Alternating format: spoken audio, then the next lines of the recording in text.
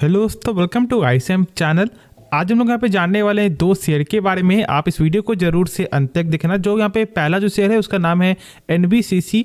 देखो आज के दिन यहाँ पे आपको 5% के अपर सर्किट पे ये बंद होते हुए दिखाई दे रहा है, लेकिन यहाँ पे मार्केट क्लोज होने के बाद यहाँ पर एक बड़ा न्यूज़ आते हुए दिखाई देता है। हाँ, आप लोग यहाँ पे सही समझ रहे हो कि यहाँ पे फिर से ऑर्डर मिलते हुए दिखाई दे रहा है, लेकिन आज के इस वीडियो में मात्र एक ऑर्डर ही नहीं है, ठीक है। यहाँ पर जो है आपको 3 ऑर्डर आते हुए दिखाई दिया है, जिसके कारण कहीं ना कहीं यहाँ पे कल के दिन भी एक अच्छा इंपैक्ट देखने को मिल सकता है।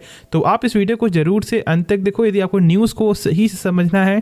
तो देखो, यदि हम लोग जब आपको देखें तो टोटल जो यहाँ पे न्यूज़ मतलब जो टोटल जो ऑर्डर का जो वैल्यू है वो यहाँ पे है 369 करोड़। लेकिन यहाँ पर ऑर्डर कहाँ से आते हुए दिखाई दे रहा है वो भी यहाँ पे चेक करना बनता है। तो फिर चलो इसके बारे में हम लोग यहाँ पे सही से समझ लेते हैं। देख सकते हो कि यहाँ पर जो पहला जो प्रोजेक्ट है वो यहाँ पे है आपको 331 करोड़ का। और यहाँ पर बनाना क्या है, तो यहाँ पर देख सकते हो लिखा हुआ भी है आपको रानी लक्ष्मीबाई सेंट्रल एग्रीकल्चरल यूनिवर्सिटी, ठीक है, इन झांसी, उस पे कैंपस को यहाँ पर जो सही करना है वो बनाना है। साथ साथ यहाँ पर जो है टोटल जो प्रोजेक्ट वैल्यू वो सबसे ज़्यादा यहाँ पर ही पैसा लगते हुए दिखाई दे रहा है, मतलब 331 का ये जो टोटल प्रोजेक्ट है। उसके बाद देखोगे तो यहाँ पर फिर आपको आता है तेलंगाना साइड में, जहाँ पर आपको जो है क्या बनाना है, यहाँ पे सिंगल कोर्ट कम्प्लेक्स, ठीक है। साथ साथ देखोगे यहाँ पर तो इसका जो वर्थ है वो यहाँ पे है 12 करोड़ का। और उसके बाद जो यहाँ पे नेक्स्ट जो है वो यहाँ पर देख लो एक बार, और जो थर्ड है वो यहाँ पे जो वर्थ है उसका वो यहाँ पर है 25 करोड़ ऑलमोस्ट। और यहाँ पर जो है प्रोजेक्ट मतलब ये है आपको जो है इनोवेशन, ठीक है, फिर से यहाँ पे इनोवेट करना है, मतलब सही करना है किसे, institute of chartered accountant of India जो उत्तर प्रदेश में स्थित है। तो उसे यहाँ पर फिर से आपको जो रेनोवेट करना है, जो टोटल जो वर्थ है वो यहाँ पे आपको 25 करोड़ का देखने को मिलता है। तो एक अच्छा खासा यहाँ पे ऑर्डर जो है मिलते हुए दिखाई दे रहा है। और ये जो न्यूज़ है ये न्यूज़ मार्केट के मतलब बाद आते हुए दिखाई दिया है ऑलमोस्ट आपको 4:00 में। तो ये एक अच्छा न्यूज़ है कल के रिगार्डिंग से भी। तो कहीं ना कहीं यहाँ पे कल भी एक अच्छा फोकस यहाँ पे देखने को मिल सकता है मेरे हिसाब से। मैं बता दूं कि देखो यहाँ पर एक अच्छा खासा गेन हुआ था, फिर यहाँ पे करेक्ट हुआ जब यहाँ पे नंबर आया, और उसके बाद अभी फिर से यहाँ पर ये चढ़ते हुए दिखाई दे रही है। अब देखोगे तो 5 दिन के अंदर में यहाँ पे 16% स्टॉक फिर से यहाँ पे चढ़ चुका है। इसका देखो वजह क्या है ना, कि पहले बात तो यहाँ पे ऑर्डर जो है एक अच्छा खासा ऑर्डर देखने को मिल रहा है, ऐसे कोई भी शक नहीं है।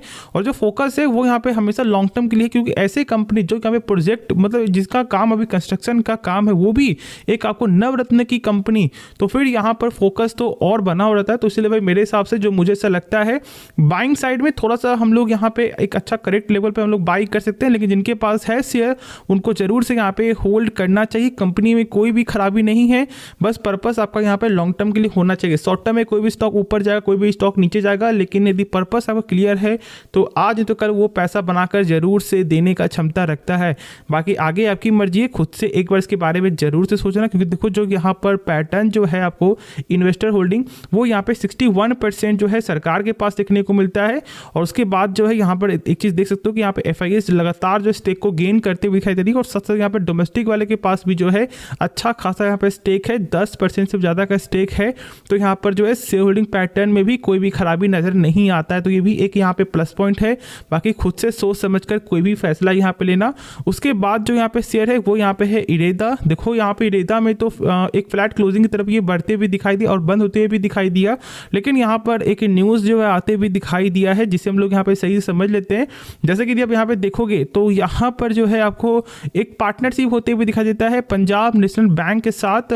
मतलब ये यहाँ पर मिलकर के अब आपको फाइनेंस करते हुए दिखाई देगी आपको ग्रीन जो भी प्रोजेक्ट के रिगार्डिंग से। मतलब कि हम लोग ये बोल सकते हैं कि कंपनी का ये बोलना है कि यदि अच्छे मतलब एक अच्छा पोजीशन में यदि जाना है तो फिर एक अच्छा जो है यहाँ पर आपको एक जो फंडिंग जो है यहाँ पे लगने वाला है, ठीक है। जो मतलब मान लो कि कोई एक्स कंपनी है, यदि उसे अपना काम बढ़ाना है तो उसे भाई अच्छा खासा फंडिंग चाहिए। तो भाई ये फंडिंग कहाँ से आएगा, तो भाई कहीं से ना कहीं तो पार्टनरशिप यहाँ पर लेना पड़ेगा ना।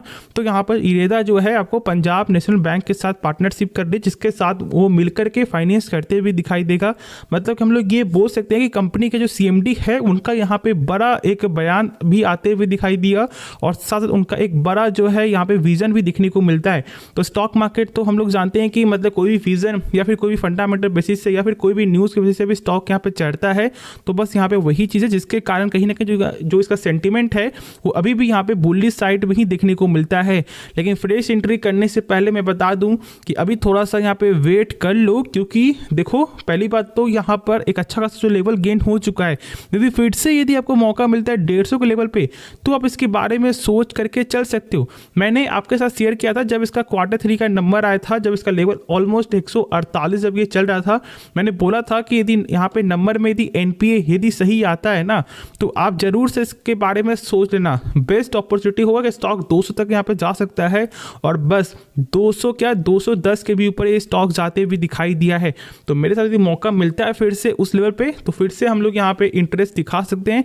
बाकी खुद से सोच समझकर कोई भी फैसला लेना, लेकिन जब लॉन्ग टर्म के लिए हो ना तो ये एक बेस्ट अपॉर्चुनिटी है। क्योंकि देखो हम लोग जानते हैं कि सरकार अभी आपको जो है रिन्यूएबल एनर्जी के रिगार्डिंग से बहुत ज़्यादा फोकस कर रही है, और इसलिए ऐसे कंपनी का जिसका कुछ ना कुछ फंडामेंटल यहाँ पे लगातार स्ट्रांग होते हुए दिखाई दे रहा है। क्योंकि जो यहाँ पे NPA है वो यहाँ पे 1.65% से घट करके 1.55% नंबर देखने को मिला, मतलब ओवरऑल यहाँ पे मजबूत होते हुए दिखाई दे रहा है।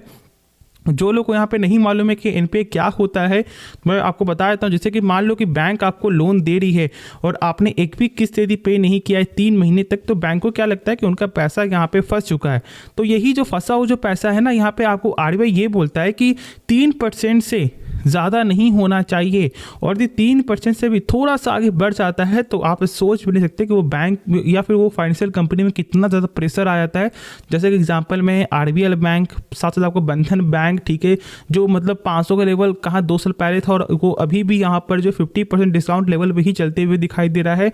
तो इसलिए मैं बोलता हूँ कि NPA जरूर से चेकआउट करो, ठीक है। फंडामेंटल वाइज से भी अपने पोजीशन को कभी हल्का करना चाहिए या फिर कभी यहाँ पे ऐड ऑन करना चाहिए। यदि आप ऐसा नहीं करते हो तो फिर ये सही रूल नहीं है मेरे हिसाब से।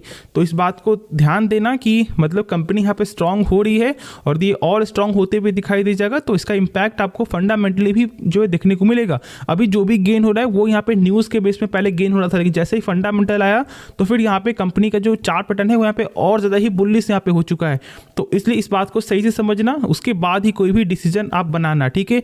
तो होप आपको ये वीडियो पसंद आया होगा। यदि आपको इस वीडियो में कुछ भी सीखने को मिला जरूर से आप इस चैनल को सब्सक्राइब कर सकते हो, दोस्तों में शेयर कर सकते हो और साथ साथ आप इस वीडियो को लाइक भी कर सकते हो। तो मिलते हैं नेक्स्ट वीडियो में, तो तब तक के लिए धन्यवाद।